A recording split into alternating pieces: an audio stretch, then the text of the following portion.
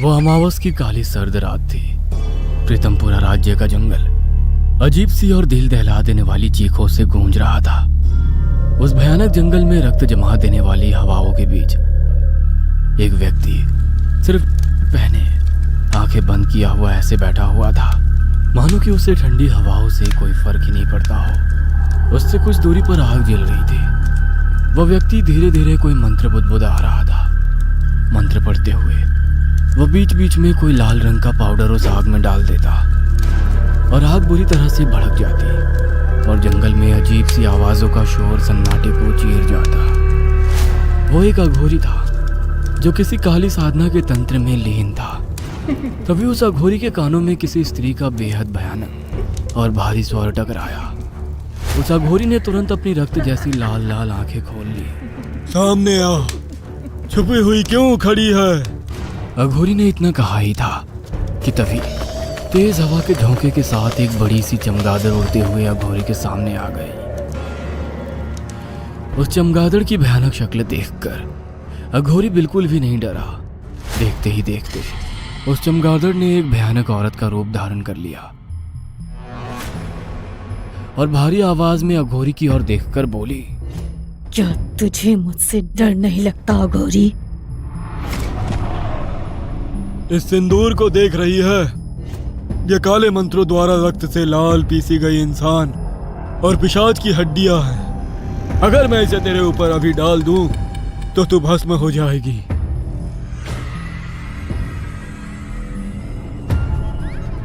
इतना कहकर वह अघोरी पागलों की तरह घूमने लगा और अजीब अजीब सी आवाजें निकालने लगा। मैं तुझे नुकसान पहुंचाने नहीं आई। अचानक अघोरी का झूमता हुआ शरीर रुक गया। तू मुझे नुकसान पहुंचा भी नहीं सकती, मतलब की बात कर। इतना कहकर वह अघोरी फिर से झूमने लगा। वह भयानक औरत बड़ी फुर्ती से अघोरी के करीब आ गई और उसके कानों में कुछ फुसफुसाने लगी। अघोरी के होठों पर रहस्यमयी मुस्कुराहट आ गई। उसके बाद अघोरी भी उस भयानक औरत के कान में कुछ फुसफुसाने लगा। मुझे मंजूर है। तो फिर ठीक है, तेरा काम भी हो जाएगा, मगर ध्यान रखना, इस क्रिया के बाद हम तीनों आपस में एक काली अदृश्य शक्ति की डोर से बंध जाएंगे। जरा सी भी असावधानी मौत का कारण बन सकती है। उसी रात प्रीतमपुरा राज्य के राजा विक्रम अपने महल में एक कमरे के सामने चिंतन अवस्था में इधर उधर टहल रहे थे। कमरे के अंदर से उनकी पत्नी रुक्मणी के चीखने की आवाजें आ रही थी, मगर कुछ ही देर के बाद वह चीखें शांत हो गई और राजा विक्रम के कानों में बच्चे की किलकारियां गूंजने लगी। तभी उस कमरे का दरवाजा खुल गया। उस कमरे के अंदर मौजूद दाई प्रसन्न होते हुए राजा के सामने खड़ी हो गई। उस दाई के हाथ में एक बच्चा था। राजा विक्रम की जय हो, बधाई हो, पुत्र हुआ है। यह सुनकर राजा विक्रम प्रसन्न हो गए। उन्होंने तुरंत अपने गले से एक स्वर्ण माला निकालकर उस दाई को दे दी। दाई खुश होती हुई वहां से चली गई। राजा विक्रम ने अपने पुत्र का नाम अशोक रखा। समय बीतता गया। धीरे धीरे राजकुमार जवान हो गया। 20 वर्ष बाद राजकुमार अशोक अपने पिता की ही तरह बलशाली था। एक दिन राजकुमार अशोक 2 सिपाहियों को लेकर एक जंगल में शेर का शिकार करने के लिए निकल गया।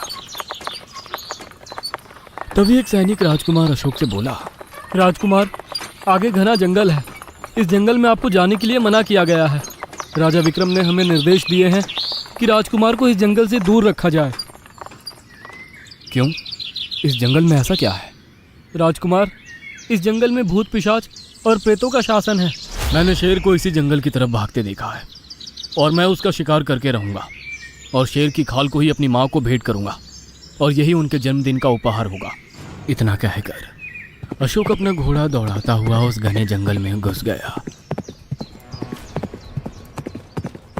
मगर अशोक ने जंगल में प्रवेश किया था कि तभी एक बेहद बड़े आकार की चील ने राजकुमार के ऊपर हमला कर दिया।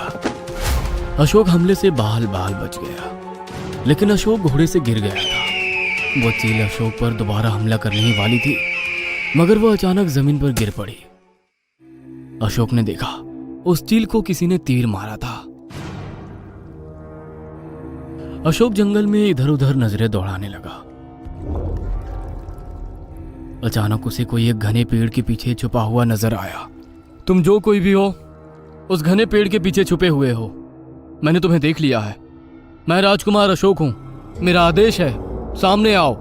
अशोक के इतना कहते ही एक बेहद सुंदर दिखने वाली लड़की, जिसके बाल खुले हुए थे और काले वस्त्र पहनी हुई थी, हाथ में तीर कमान पकड़े हुए राजकुमार के सामने आकर खड़ी हो गई। राजकुमार उसके सुंदर यौवन को देखकर मंत्रमुग्ध हो गया और पहली ही नजर में उस लड़की से प्रेम कर बैठा। कौन हो तुम? मेरा नाम कामिनी है। मैं इसी जंगल में एक झोपड़ी बनाकर अकेली रहती हूँ।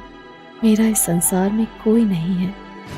तभी राजकुमार के कानों में उसके सैनिकों की आवाज टकराई। ओह, अभी मुझे जाना होगा। क्या तुम मुझे कल यहीं पर मिलोगी? कामिनी ने मुस्कुराकर अपनी सहमति दे दी। अशोक वहां से चला गया और अगले दिन फिर से उन्हीं जंगलों में आ गया। उसके बाद अशोक रोज कामिनी से मिलने लगा। धीरे धीरे अशोक के मन में कामिनी के प्रति प्रेम और गहरा होता चला गया। और एक दिन अशोक कामिनी को अपने महल अपनी माँ और पिता के सामने ले जाकर बोला, माँ, ये कामिनी है। मैं इससे प्रेम करता हूँ और इससे विवाह करना चाहता हूँ। इसका इस संसार में कोई नहीं है। कामिनी की सुंदरता को देखकर राजा विक्रम और रुक्मणी इनकार नहीं कर पाए। तुम्हारी खुशी में ही हमारी खुशी है राजकुमार अशोक। इतनी सुंदर कन्या को कौन अपनी बहू नहीं बनाना चाहेगा। हम कल ही सारे राज्य में खबर करवा देंगे और कल ही तुम्हारी और कामिनी का विवाह कर देंगे। हमें थोड़े समय और इंतजार करना चाहिए, क्योंकि हमारे राजमहल के राजगुरु इस समय यहाँ उपस्थित नहीं है। वो तो हिमालय की पहाड़ियों में तपस्या में लीन है रुक्मणी। उन्हें आने में कितना समय लगेगा कोई नहीं जानता। विवाह कल ही होगा।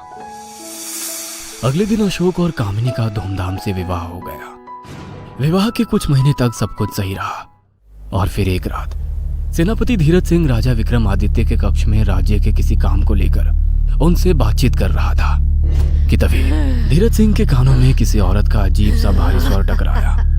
वो चौंक कर इधर उधर देखने लगा। क्या हुआ सेनापति? सब कुछ ठीक तो है? क्या आपने कुछ सुना महाराज? मुझे तो कुछ सुनाई नहीं दिया। धीरज सिंह अपनी तलवार निकाल कर बोला, महाराज, जब तक मैं ना आ जाऊं आप अपने कक्ष में ही रहिएगा। इतना कहकर सेनापति धीरज सिंह तेज कदमों से राजा के कक्ष के बाहर निकल गया। वह महल के कुछ ही दूर चला था कि तभी उसकी नजर एक स्त्री पर पड़ी, जो राजमहल की बड़ी सी खिड़की की तरफ खड़ी हुई चांद को गौर से घूर रही थी। सेनापति धीरज सिंह बड़बड़ाते हुए अपने आप से बोला, ये तो राजकुमारी जी हैं। इतनी रात में ये यहाँ पर क्या कर रही हैं? इनका कमरा तो यहाँ से काफी दूर है। सेनापति धीरज सिंह राजकुमारी कामिनी के करीब आकर बोला, राजकुमारी, इतनी रात गए आप यहाँ क्या कर रही हैं? धीरज सिंह ने इतना कहा ही था कि तभी राजकुमारी कामिनी धीरज सिंह को गुस्से से देखने लगी। उसकी आंखें रक्त की तरह लाल हो रही थी। अचानक राजकुमारी कामिनी के गले से एक अजीब सा गुर्राहट स्वर बाहर निकला, जिसे सुनकर धीरज सिंह के रोंगटे खड़े हो गए। तो इसका मतलब तू कोई इंसान नहीं बल्कि एक चुड़ैल है। अचानक कामिनी का चेहरा देखते ही देखते भयानक हो गया। उसके चेहरे की खाल एक काली चमड़ी में परिवर्तित होने लगी। उसके बाल अजीब से अंदाज में ऊपर की ओर खड़े हो गए। उसके हाथ और पैरों में भेड़िए जैसे पंजे निकलने लगे। कुछ ही देर में कामिनी एक चमगादड़ में परिवर्तित हो गई और बेहद फुर्ती से उड़ते हुए अपने दांत धीरज सिंह की गर्दन में गड़ा दिए। धीरज सिंह को चीखने का भी मौका नहीं मिला।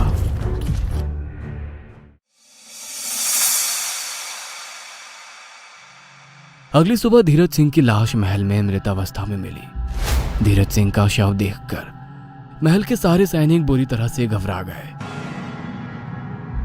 राजा विक्रम के राज्य का एक साधु भी वहां मौजूद था। साधु राजा विक्रम की ओर देखकर बोला, महाराज, धीरज सिंह की हत्या किसी इंसान ने नहीं बल्कि किसी बेहद ताकतवर पिशाच या चुड़ैल ने की है। ये क्या कह रहे हैं आप? क्या आप ये कहना चाहते हैं कि मेरे महल के अंदर किसी चुड़ैल का वास है? ये मैं नहीं कह रहा महाराज, धीरज सिंह का शव कह रहा है। इसके चेहरे को देखिए, इसके शरीर से खून का एक एक कतरा गायब है, मगर जमीन पर रक्त का एक धब्बा तक मौजूद नहीं। आपको चौकन्ना रहने की जरूरत है महाराज। धीरज सिंह की मौत के बाद महल में रहस्यमयी हत्याओं का सिलसिला चल पड़ा। हर हफ्ते कोई ना कोई सैनिक या महल की कोई दासी की लाश महल के अंदर बुरी अवस्था में मिलती। इधर कामनी 9 महीने के गर्भ से थी। एक रात अशोक की आंख सोते से अचानक खुल गई। उसने देखा कामिनी शीशे के सामने खड़ी हुई अपने पेट को निहारे जा रही थी। अचानक कामिनी लड़खड़ाती हुई गिर गई। अशोक तुरंत उठकर कामिनी के पास जाकर घबराता हुआ बोला, क्या हुआ कामिनी, तुम ठीक तो हो? जाओ इसी वक्त दाई को बुला कर ले आओ। अशोक ने तुरंत अपने नौकरों को आदेश दिया। कुछ ही देर में दाई वहां पर आ गई और उसने राजकुमार अशोक को कमरे से बाहर निकाल दिया। कुछ ही देर में दाई चीखती हुई कमरे से बाहर निकल आई। क्या हुआ, तुम इतनी घबराई हुई क्यों हो? मगर दाई चीखती हुई वहां से भाग गई। अशोक घबराकर कमरे में चला गया, मगर कमरे का मंजर देखकर राजकुमार अशोक की आंखें दहशत से फटी की फटी रह गई। अशोक के गले से जोरदार चीख निकल गई। उसकी आंखों के सामने कामिनी की जगह एक बेहद भयानक चमगादड़ जैसी दिखने वाली चुड़ैल एक बेहद भयानक खूंखार बच्चे को पंजे में दबोचे बैठी हुई थी। अचानक उस चुड़ैल के बड़े बड़े काले रंग के पंजे निकल आए और वो उस भयानक बच्चे को अपने पंजे में दबाकर तेज रफ्तार से उड़ती हुई महल के बाहर निकल गई। अशोक की चीख सुनकर सैनिक कमरे में आ गए। राजा विक्रम और रुक्मणी भी दौड़ते हुए वहां आ गए।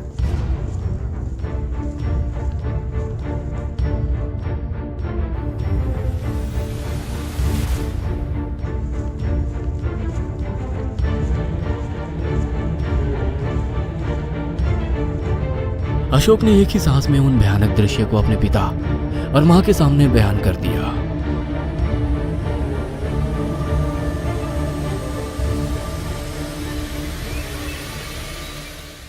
मुझे तो पहले ही बहू पर कुछ शक हो रहा था। तभी उस कमरे में महल के राजगुरु की आवाज गूंजी, वो चुड़ैल है राजा विक्रम। उसने बहुत बुरे और खतरनाक मकसद के लिए राजकुमार और तुम्हारा इस्तेमाल किया। आप आ गए राजगुरु? हाँ, मुझे आना पड़ा। मुझे अपनी शक्ति से आभास हो गया था, लेकिन मुझे कुछ देर हो गई। लेकिन इतनी भी देर नहीं हुई। चलो मेरे साथ। वो चुड़ैल उस भयानक जंगल में मिलेगी। उसका अंत जरूरी है, वरना आज की रात तुम सब मारे जाओगे और वो चुड़ैल अमर हो जाएगी। कल उसका पिशाच पुत्र इस दुनिया में कहर ढा देगा। राजगुरु बहुत से सैनिकों के साथ राजा विक्रमादित्य और राजकुमार को लेकर उस भयानक जंगल में पहुंच गए, जहां वो चुड़ैल उसी अघोरी के पास बैठी हुई थी। अघोरी उस चुड़ैल के पुत्र को रहस्यमयी नजरों से देखते हुए बोला, ये कोई मामूली बच्चा नहीं, इंसान और चुड़ैल के मिलन से पैदा हुआ बच्चा है। मैं इसमें काली ताकत डालकर इसे और ज्यादा शक्तिशाली बना दूंगा। इस बच्चे का इस्तेमाल करके मैं काली शक्तियों का बेताज बादशाह बन जाऊंगा। और जब ये बच्चा 20 वर्ष का होगा तो तुझे ही अपने पुत्र का रक्त पीना पड़ेगा। रक्त पीते ही तू अमर हो जाएगी। तभी उस अघोरी के कानों में राजगुरु की आवाज टकराई, ऐसा संभव नहीं है अघोरी, क्योंकि ना तो तू जीवित रहेगा और ना ही ये चुड़ैल और ना ही इसका बच्चा। तुझे अपने बुरे मकसद के लिए एक ऐसे राजकुमार की तलाश थी जिसका जन्म अमावस की काली रात को हुआ हो, और राजकुमार अशोक का जन्म काली अमावस की रात में ही हुआ था। मगर मैंने अपनी शक्तियों से ये जान लिया है कि इस समय तुम तीनों एक साथ जुड़े हो। तुम में से किसी की भी मौत तुम तीनों की मौत होगी। अघोरी चीखते हुए उस चुड़ैल से बोला, बेवकूफ चुड़ैल, तूने इस अपने पति को अभी तक नहीं मारा। मार दे, नहीं तो हम सारे मारे जाएंगे। तभी राजगुरु ने अपना हाथ हवा में घुमाया और उनके हाथ में ही बड़ा त्रिशूल आ गया। राजगुरु त्रिशूल राजकुमार अशोक को थमाते हुए बोले, यह सब तुमसे शुरू हुआ था और तुम्हें इसे समाप्त कर सकते हो। यह लो त्रिशूल